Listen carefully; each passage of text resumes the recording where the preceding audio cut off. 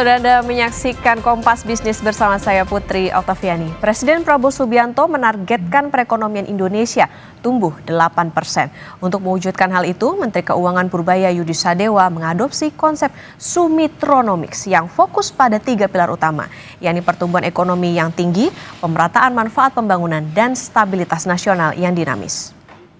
Dalam rapat paripurna DPR pengambilan keputusan terhadap RUU tentang APBN tahun anggaran 2026, Menteri Keuangan Purbaya Yudi Sadewa bilang Presiden Prabowo menargetkan perekonomian Indonesia tumbuh 8%. Untuk itu, strategi pembangunan berbasis Sumitronomics yang berfokus pada pertumbuhan ekonomi yang tinggi, pemerataan manfaat pembangunan, dan stabilitas nasional yang dinamis dinilai cocok untuk mencapai target pertumbuhan ekonomi 8%.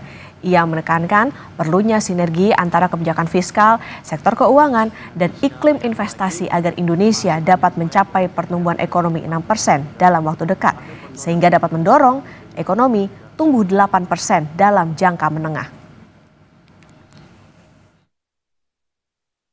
Presiden menargetkan pertumbuhan ekonomi 8% dalam jangka menengah untuk membawa Indonesia menjadi negara maju. Target ini tidak mudah, namun bukan berarti tidak bisa diwujudkan Indonesia. Sejarah menunjukkan sebelum krisis keuangan Asia tahun 1998, ekonomi Indonesia tumbuh rata-rata di atas 6%. Untuk menjadi negara maju, strategi pembangunan ekonomi Indonesia berbasis pada konsep Sumitronomics yang difokuskan pada 3 pilar utama. Pertama, pertumbuhan ekonomi yang tinggi. Kedua, pemerataan manfaat pembangunan. Dan ketiga, stabilitas nasional yang dinamis. Untuk menjalankan 3 pilar tersebut, mesin-mesin pertumbuhan harus dihidupkan dan dipastikan berjalan selaras. Fiskal, sektor keuangan, dan perbaikan iklim investasi harus sinergis menggerakkan perekonomian Indonesia agar dapat tumbuh melampaui 6% dalam waktu tidak terlalu lama. Menteri Keuangan Purbaya Yudi Sadewa bilang bakal mengalihkan anggaran program makan bergizi gratis atau MBG ke program lain jika tidak terserap dengan baik. Menurut Purbaya, anggaran tersebut bisa dialihkan ke sejumlah program, termasuk program bantuan pangan beras 10 kg dengan durasi yang lebih panjang. Kita bantu secepatnya, tapi kalau nggak bisa juga kita ambil duitnya. Kan gitu, fair kan? Daripada nganggur duitnya kan saya bayar bunga juga. Saya akan alihkan ke tempat lain yang lebih siap, atau ke masyarakat langsung, seperti perluasan bantuan tadi yang 2 kali 10 kg beras tadi kan bisa diperpanjang di situ. Kalau emang nggak bisa diserap, tapi kalau bisa diserap ya bagus. Jadi saya nggak nanggung, tapi saya mendukung. Tapi kalau nggak jalan ya ambil duitnya. Menteri Keuangan Purbaya Yudi Sadewa bilang akan menggunakan strategi Sumitronomics untuk mengejar target pertumbuhan ekonomi 8% dan berfokus pada 3 pilar utama, yakni pertumbuhan ekonomi yang tinggi, pemerataan manfaat pembangunan, dan stabilitas nasional yang dinamis. Apakah strategi ini cukup jitu untuk mencapai target Presiden Prabowo? Kita akan bahas bersama ekonom Universitas Atmajaya Yogyakarta, Yufensius Sri Susilo. Selamat pagi Pak Susilo. Selamat pagi Mbak. Pak Susilo, strategi Sumitronomics ini tepat digunakanKah untuk capai target pertumbuhan ekonomi 8%? Baik, untuk bagian pertumbuhan khususnya berkaitan dengan rencana anggaran yang telah disiapkan, berkaitan dengan dorongan-dorongan terobosan dari Menteri Keuangan untuk mengalihkan anggaran, ini salah satu cara ya. Jadi dinyatakan pertumbuhan akan tercapai 8% dalam menengah. Artinya kalau menengah ini masih masuk akal, tetapi kalau dalam jangka pendek 1 ke 2 ke depan nampaknya belum. Jadi mungkin di akhir pemerintahan Pak Prabowo angka 8% itu mungkin saja dicapai dengan catatan tadi optimalisasi APBN, kemudian tercipta investasi atau fasilitasi investasi yang baik dan sebagainya. Kira-kira itu, jadi ada kemungkinan dan optimisme di situ, tapi memang jangka menengah seperti dikatakan oleh Pak Menkyu tadi, Kak. Oke, ada kemungkinan menengah masih masuk akal, tapi mungkin kalau 1-2 bulan masih belum terlihat ya Pak ya soal 1-2 tahun belum, Mbak. 1-2 tahun belum. Ya. Oke, 1-2 tahun masih belum terlihat. Oke, Pak Susilo, gagasan konkret Sumitronomics yang bisa kita sekarang ini kan adalah misalnya Danantara, Koperasi Desa, kemudian juga makan bergizi gratis.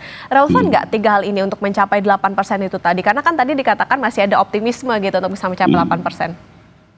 Kalau menurut saya pribadi yang paling relevan adalah Danantara. Yang artinya yang paling berkorelasi dengan untuk kemampuan untuk mendorong ekonomi secara signifikan untuk mencapai 8% tadi. Mengapa Danantara? Karena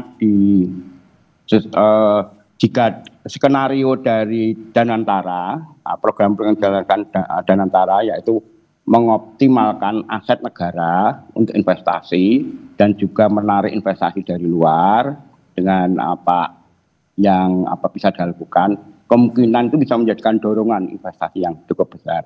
Namun dengan catatan memang kemudian iklim investasi kita yang selama ini menjadi salah satu hambatan, meskipun yang terakhir ini Pak Menkyu itu membuat terobosan dengan mengeluarkan kemudian untuk peraturan pemerintah nomor 8 tahun 2025.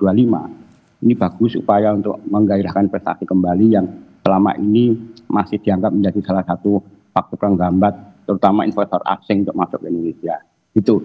Tetapi untuk Kopdes dan makan siang bergizi, kalau melihat pelaksanaan di awal, saya kan tidak termasuk yang optimis.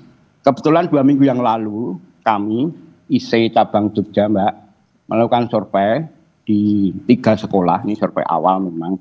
Untuk pelaksanaannya sudah bagus, Mbak, hanya distribusi dan sebagainya, tetapi masih masalah di menu yang kurang menarik bagi siswa dan juga di teknis pembayaran di pelaksananya. Jadi kemudian untuk Kopdes di beberapa tempat di Jogja, contohnya ini juga setelah peresmian nggak jalan, Mbak, karena belum ada duitnya untuk beroperasi. Jadi ini saya kalau kembali pada pertanyaan tadi, saya cukup optimis untuk Danantara. Jadi bentuk konkret dari Sumitronomics Ekonomi melalui Danantara ini punya optimisme yang lebih besar daripada melalui MBG maupun Kopdes gitu, Mbak. Oke, Pak Susilo, artinya begini, kalau tadi dikatakan yang paling relevan adalah di antara 3 itu ya berarti Danantara. Berarti masih ada PR dong dengan program-program lainnya, termasuk juga tentunya Danantara masih ada beberapa perlu yang harus jadi perhatian dari pemerintah. Apa sih sebetulnya salah satunya Pak syarat supaya Danantara, MBG, Kopdes ini tidak dicederai oleh korupsi? Iya, tentu saja baik Danantara, Kopdes, dan MBG ini kan diperlukan tata laksana. Mungkin kalau bahasa kerennya itu adalah good governance yang harus dipenuhi begitu. Layaknya operasi dari organisasi yang baik dan benar. Tentu saja yang penting di sini ada pengawasan internal maupun eksternal. Ini penting sekali sehingga apa yang rencana-rencana yang akan dilakukan itu bisa diawasi oleh pemerintah sendiri internal maupun di luar pemerintah atau dari manapun bisa mengkritisi, kemudian mendorong dan sebagainya. Yang penting kan konsepnya ini bagus. Kalau secara konsep di atas kertas, maaf kami dari akademisi melihat ini bisa saja baik MBG maupun Kopdes dan Danantara ini bisa menjadi salah satu motor penggerak untuk menuju pertumbuhan ekonomi 8%. Ini dimungkinkan di atas kertas. Tetapi bagaimana pelaksanaannya? Jadi kalau koperasi ya segera dananya ada tidak. Kemudian operasionalnya bagaimana? Bagaimana pengelolaannya, pengawasannya dan sebagainya. Saya kira itu, Mbak. Jadi yang penting pengawasan baik internal maupun eksternal dan juga istilah injeksi dana untuk melaksanakan operasi baik dari Danantara, Kopdes maupun dari MBG. Saya kira itu, Mbak. Oke, ada PR soal bagaimana nanti memastikan bahwa tata laksana kemudian pengawasan dan juga operasionalnya bisa berjalan baik. Tentu harapannya adalah tidak dicederai dengan tadi soal korupsi. Pak Susilo, ini Purbaya dan Sumitronomics sebetulnya sama-sama menarik. Kebijakan fiskal yang lebih ekspansif dengan keterlibatan besar di pemerintah dan swasta, mungkin nggak, Pak? Ya. Kalau swasta, kita bicara swasta, ini kan ada skalanya, Mbak. Kalau skalanya yang menengah bawah, saya kira masih sangat bergantung pada APBN, itu jelas. Jadi proyek-proyek infrastruktur pemerintah ini yang skala kecil, yang di kabupaten kota ini misalnya ini investor kecil masih berharap dari situ. Tetapi untuk investor besar saya kira memang tadi kembali kepada anggaran yang kita terbatas, tentu saja sejauh mana bidang-bidang tentu yang menjadi daya tarik oleh investor ini bisa dimasuki. Kalau Pak Menteri kan sudah menyatakan ada sektor pertanian, industri, dan sektor-sektor yang banyak menyerap tenaga kerja yang akan disinkronkan dengan dana APBN tadi. Tetapi kembali tadi Mbak, sebenarnya sampai saat ini kan pengalaman kami, perusahaan-perusahaan ini pengalaman kami maaf di Jogja, PMA atau PMDN ini masih beberapa hal mengalami kesulitan dalam perizinan, misalnya perpanjangan izin misalnya, karena dampak dari desentralisasi ini ada izin di level pusat dan di daerah ini menjadikan tidak mudah bagi pelaku usaha, karena beberapa izin di pusat itu kementerian itu ngurus izinnya dijanjikan tidak dalam 1-2 hari jadi, bahkan yang baru 5 bulan jadi misalnya begitu.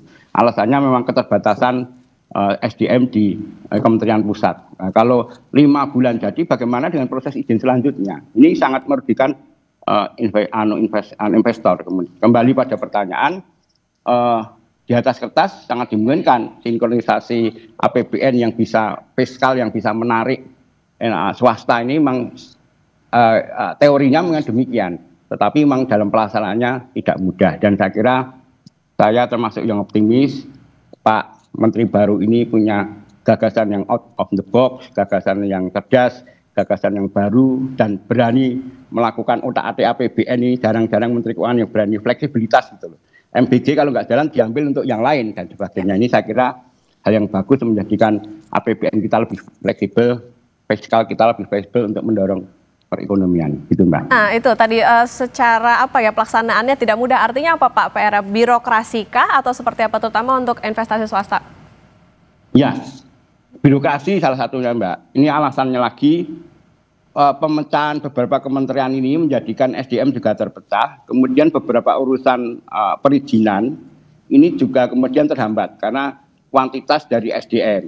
Ini fakta di lapangan, karena saya pribadi mendampingi beberapa perusahaan PMA di Jogja untuk mengurus perizinan sampai pusat. Ini temuan di lapangannya begitu. Padahal kami di investor PMA kami itu kalau ada izin yang terhambat saja mendapat notis, ini berarti nanti mendapat catatan yang kemudian pesanan mereka bisa dikurangi gara-gara itu gitu.